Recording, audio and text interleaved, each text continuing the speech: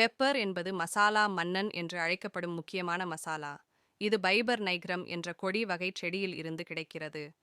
சூடான மற்றும் ஈரப்பதமான காலநிலையில் மிளகு நன்றாக வளரும். கொடி வகை செடியாக இருப்பதால் ஏறி வளர ஆதரவு தேவைப்படும். மிளகு கொடிகளை தென்னை மரங்களில் வளர்க்கலாம். தென்னை மரங்கள் இயற்கையாய் இருப்பதால் கூடுதல் செலவு இல்லாமல் மிளகு சாகுபடி செய்ய முடியும். நட்ட பிறகு சுமார் 3 ஆண்டுகளில் மிளகு காய்க்கத் தொடங்கும். காய்கள் சிவப்பாக மாறும்போது அவை கவனமாக கையால் அறுவடை செய்யப்படுகின்றன. அறுவடை செய்த மிளகுகளை சிறிது நேரம் கொதிநீரில் வைத்து பின்னர் பல நாட்கள் வெயிலில் காய வைக்கிறார்கள். அப்போது அவை கருப்பு மிளகாக மாறுகின்றன. இன்றைய சந்தையில் கருப்பு மிளகு 1 கிலோ சுமார் 600 முதல் 700 வரை விற்பனை செய்யப்படுகிறது. சிறிய காயிலிருந்து பெரும் மதிப்பு வரை மிளகு விவசாயிகளுக்கு நல்ல விளைச்சலையும் கூடுதல் வருமானத்தையும் தருகிறது. மேலும் சளி, இருமல், தொண்டை வலி போன்றவற்றிற்கு வீட்டு மருந்தாக பயன்படுகிறது.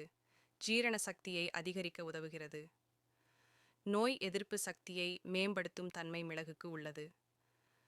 சளி சேர்வதை குறைத்து உடலை சூடாக வைத்திருக்க உதவுகிறது. ஆயுர்வேதம் மற்றும் சித்த மருத்துவத்தில் மிளகு முக்கிய மூலிகையாக பயன்படுத்தப்படுகிறது. உணவு பாதுகாப்பு மற்றும் மசாலா தயாரிப்புகளில் இயற்கை பாதுகாப்பு பொருளாகவும் பயன்படுகிறது. சிறிய மிளகு பெரிய பயன், அதனால் தான் மிளகு மசாலா மன்னன் என்று